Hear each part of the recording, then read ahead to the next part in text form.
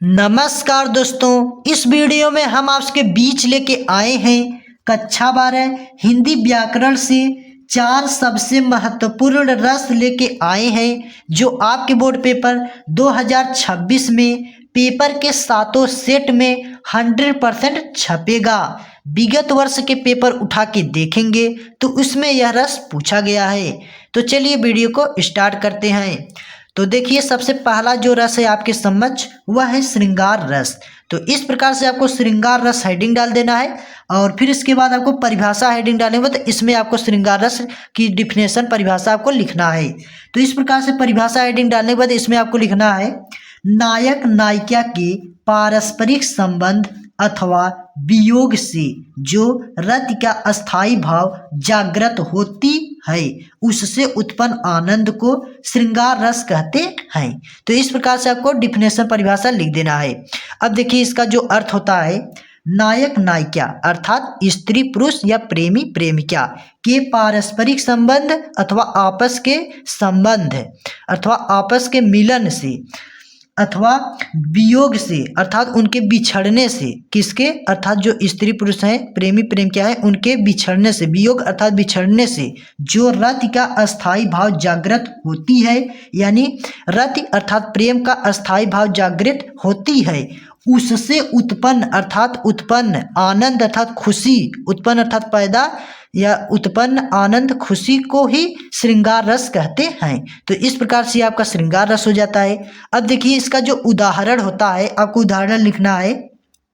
तो इस प्रकार से आपको क्या कर देना है, उदाहरण हेडिंग डाल देना है और इसमें आपको लिखना है बतरस लालच लाल की मुरली धरी लुकाए सह करे भवने हंसे दैन करे कहे नट जाए। तो इस प्रकार से आपको उदाहरण में आपको लिख देना है। यह आपका सबसे अच्छा उदाहरण है। तो इस प्रकार से आपको श्रृंगार रस में आपको उसकी परिभाषा और उदाहरण लिख देना है। तो यह हो गया आपका पहला रस। अब आइए हम लोग दूसरा रस देखते हैं। तो देखिए, जो दूसरा रस है वह आपका है हास्य रस और इसका जो परिभाषा होगा इस प्रकार से आपको परिभाषा हेडिंग डाल देना है और इसमें आपको लिखना है किसी व्यक्ति के विकृत अर्थात अर्थात खराब कृत अर्थात आकृत मतलब खराब आकृत बनावट, रूप अर्थात वहीं उनके चेहरे का स्वरूप, आकार अर्थात उनकी बनावट, वेशभूषा पहनावा आदि को देखकर हृदय में जो विनोद अर्थात खुशी, हास परिहास, खुशी का भाव उत्पन्न होता है अर्थात उत्पन्न मतलब पैदा होता है, वही हास्य रस कहलाता है। तो इस प्रकार से आपको सिंपल में परिभाषा लिख देना है हास्य रस का। अब देखिए, इसका जो उदाहरण होता है वह आपका जो उदाहरण होगा, उदाहरण इस प्रकार से आपको हेडिंग डाल देना है और इसमें आपको उदाहरण लिख देना है हंसी हंसी भाजय देख दुल्ह दिगंबर को पाहुनी जे आवे हिमाचल के उछाह में। तो इस प्रकार से आपको उदाहरण लिख देना है। यह शंकर भगवान जी के विवाह का उस समय का ये है दोहा, दोहा है, एक प्रकार से उदाहरण है। तो इस प्रकार से आपको हास्य रस का परिभाषा और उदाहरण लिख देना है। ये आपके लिए मोस्ट इम्पॉर्टेंट हास्य रस है, इसलिए आपको इसको VVI अर्थात वेरी वेरी मोस्ट इम्पॉर्टेंट के श्रेणी में रखना है। तो ये हो गया आपका दूसरा रस हास्य रस। अब आइए हम लोग तीसरा रस देखते हैं। तो देखिए, जो तीसरा रस है वह आपका है करुण रस। देखिए, तीसरा जो आपका रस है वह है करुण रस और इसका जो परिभाषा होगा, देखिए प्रिय वस्तु तथा व्यक्ति के ऐसा कोई वस्तु हो जो सबसे ज़्यादा प्यारा हो प्रिय हो, या व्यक्ति के ऐसा कोई आपका प्यारा दोस्त हो और उसके नाश अर्थात उनकी मृत्यु हो जाए, नाश या अनिष्ट से हृदय में जो उत्पन्न अर्थात पैदा होता है क्षोभ अर्थात दुख, उसी को क्या कहा जाता है, करुण रस कहलाता है। एक बार फिर से देखिए, आपको लिखना कैसे है, प्रिय वस्तु तथा व्यक्ति के नाश या अनिष्ट से हृदय में उत्पन्न क्षोभ ही करुण रस कहलाता है। इस प्रकार से आपको क्या कर देना है, करुण रस की परिभाषा आपको लिख देना है। अब देखिए, इसका जो उदाहरण होगा, उदाहरण है मणि खोए भुजंग सी जननी फंसा पटक रही थी शीश अंधी आज बनाकर मुझको किया न्याय तुमने जगदीश। तो इस प्रकार से आपको करुण रस की परिभाषा और उदाहरण लिख देना है।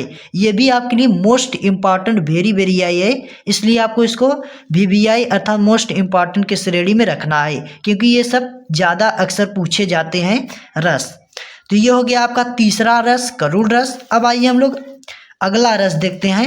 तो अगला जो रस है वह है आपका वीर रस। चौथा जो रस है वह वीर रस है, और इसका जो परिभाषा होता है वह आपका होता है, परिभाषा इस प्रकार से आपको हेडिंग डाल देना है और इसमें आपको लिखना है शत्रु के उत्कर्ष को मिटाने, दीनों की दुर्दशा देख उनका उद्धार करने, देखिए उनका उद्धार करने, धर्म का उद्धार करने आदि में जो उत्साह कर्म क्षेत्र में प्रवृत्त करता है वीर रस कहलाता है।